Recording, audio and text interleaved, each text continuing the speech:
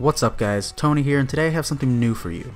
This is something that I haven't done too much of in the past, but I've really been wanting to take a crack at for a while now. That's right, I have created my own top 10 list, and this time we're going to be taking a look at my personal top 10 most anticipated games of 2016, or at least what's left of 2016.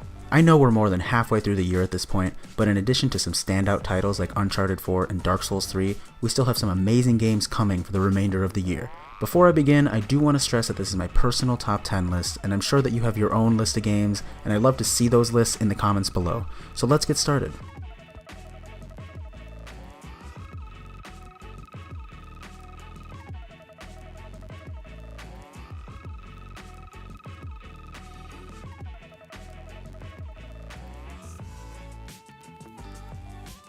Starting the list at number 10, we have Rise of the Tomb Raider, a sequel to the critically acclaimed 2013 reboot of the Tomb Raider franchise. Before I go any further, yes, I acknowledge that this game initially released back in 2015 as a limited exclusive for the Xbox One, and for that reason I can't allow myself to place this game any higher on the list, regardless of my personal excitement for it, simply because I know that this game is already a year old. Otherwise, this game would be somewhere in my top 3 for sure. I must also acknowledge, however, the huge number of people on PS4 that missed out on this title due to Square Enix's exclusivity deal with Microsoft that ultimately did not seem to turn out as well as they had hoped. For many gamers, this will be their first chance to experience Crystal Dynamics' sequel to my personal favorite game of 2013, and to coincide with Tomb Raider's 20-year celebration, PlayStation gamers are happy to welcome Lara back.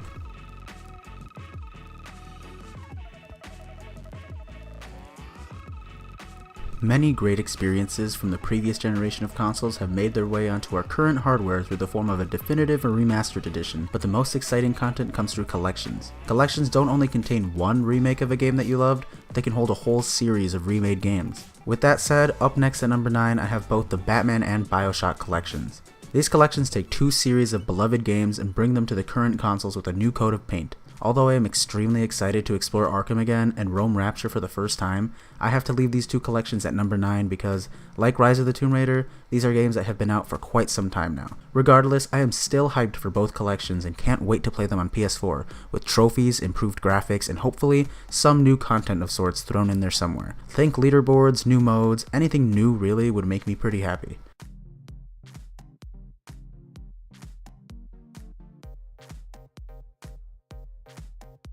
The majority of this list, I'll admit, favors the AAA games that we'll be seeing in 2016, but that doesn't mean that there aren't a large number of indies that are still coming this year too. At number 8, I want to highlight the two indie games that interest me the most for the rest of this year, the first being Cuphead.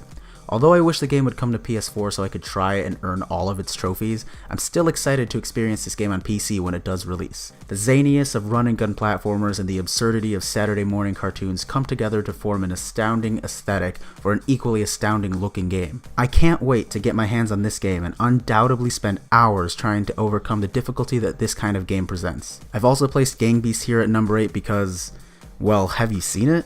The hilarity that the game creates and the reactions it ensues from gamers makes this couch multiplayer game one of the most fun experiences that a group of 4 friends can have.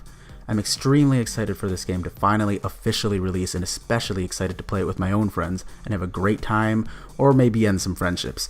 Either way, I can't wait.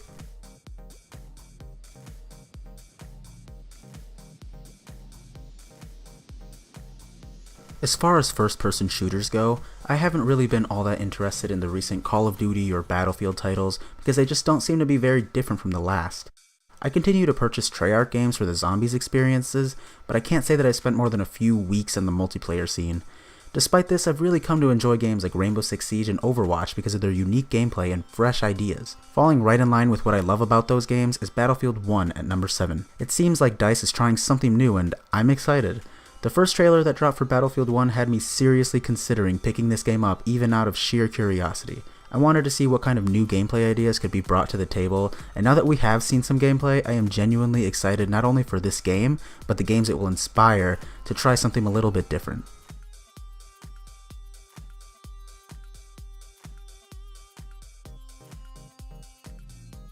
Of all the games on this list, my anticipation for this game has little to do with the actual game and more to do with the story behind its development. At number 6 we have The Last Guardian. Where do I even begin with this game? It's been in development for longer than I can remember and had fans convinced that it was cancelled altogether. Fortunately, we are finally nearing its release, and we can finally see what kind of experience was special enough for Sony to continue funding rather than simply pulling the plug. I'm really interested to see if any information regarding the development cycle for this game is revealed after its release, and am equally interested to see the reactions that fans will have to the game upon release. Although this game seems like it'll be just fine, I can't imagine that it lives up to the hype and expectations that people have created for it.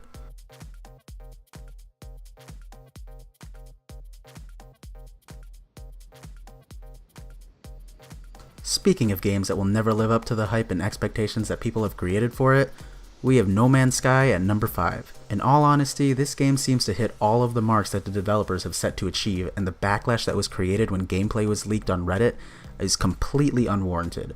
It's perfectly fine to be disappointed that the game isn't exactly what you had hoped it would be, but the amount of hate that developers Hello Games were receiving were completely out of reason.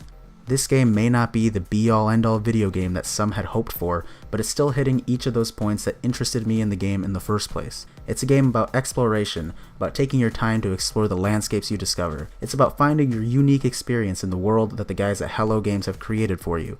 And that's the game that I'm looking forward to experiencing in just a few days.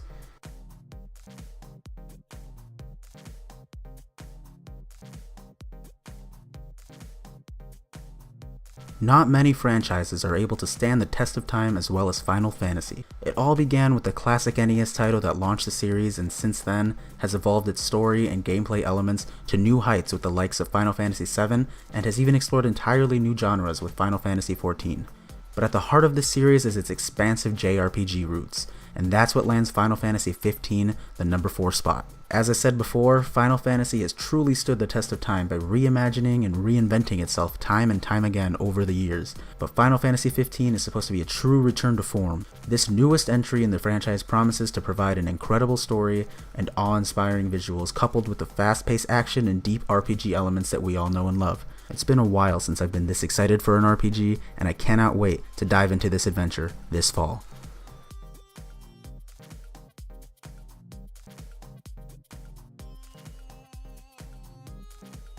If you couldn't tell by now, I love complicated games.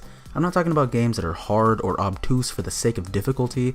No, I'm talking about games that take a relatively small amount of time and effort to comprehend, but require a substantial amount of effort and learning to truly understand. No game fits this bill as well as Civilization, and that's why the number 3 spot is Civilization 6. I can't tell you how many hours I put into Civ 5. I've played the game on my own against AIs, with friends on Hot Seat, and against strangers online. Civilization is one of those games that I'm always up for, even if I only finish 5% of the games I start.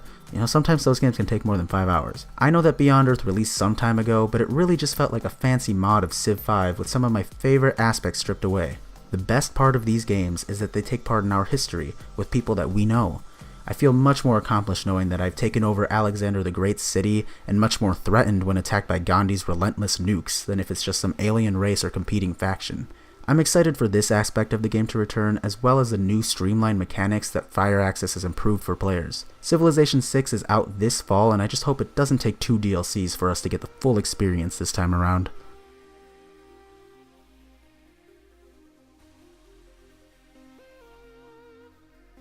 So far, I've listed a fair share of PC and console games, but have yet to mention anything for portable devices. Although most of my portable gaming for the last few months has been dedicated to my PS Vita, I still managed to find a reason to come back to my trusty 3DS. This fall, that reason is Pokemon Sun and Moon. Before I was a video game fan, I was a Pokemon fan. My very first game was Pokemon Gold for the Game Boy Color, and I've been an avid gamer ever since. My love for this series took a bit of a backseat after the release of Heart Gold and Soul Silver, which are my favorite games in the series by the way, and I didn't find myself eager to buy the Generation 5 games. I had simply lost touch with the series. With the announcement of Pokemon X and Y, I felt the same excitement and joy that I did when playing previous generations, and went out and bought a 3DS and Pokemon Black and Black 2. Since then, Pokemon Omega Ruby and Alpha Sapphire have been released, and although I enjoyed them, I didn't spend a fraction of the time with those games as I did with X and Y. Sun and Moon seem to be using the same strategy as X and Y by introducing so many new ideas to the franchise, something that was severely lacking from the Generation 3 remakes. With the addition of dozens of new Pokemon, new Mega Evolutions, special attacks, Alolan forms, and who knows what else, I'm all in and I can't wait to experience Pokemon Sun and Moon.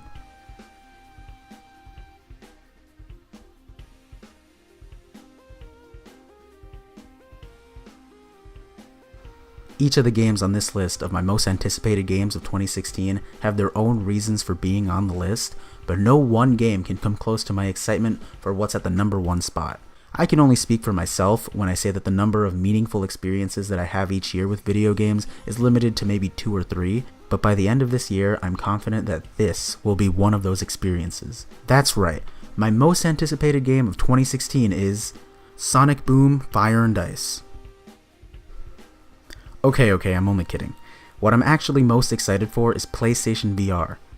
Imagine all of the opportunities that VR opens not only for gaming, but for entertainment and educational purposes as well. I truly believe that we are taking the first step in a virtual revolution that will only continue to grow as time goes on and technology becomes more advanced.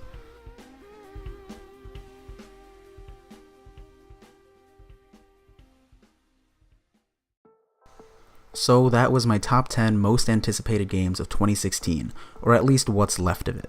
So if you guys enjoyed the video, if you enjoyed my list, if you had any points that you disagreed with or even that you agreed with, be sure to let me know in the comments below. Again, like I said before, leave your own lists in the comments below. I'd really enjoy to see what you guys are thinking. Maybe some things are similar, maybe some things are a little bit different. I really want to know what you guys think. So like I said, if you enjoyed the video, be sure to hit that thumbs up button and subscribe to the channel if you haven't done so already. Expect some more top 10s in the future because I had a lot of fun putting this together. It's a lot of work, but it is a lot of fun, and the end result is really rewarding. So if you guys really enjoyed the video, be sure to let us know. See you next time.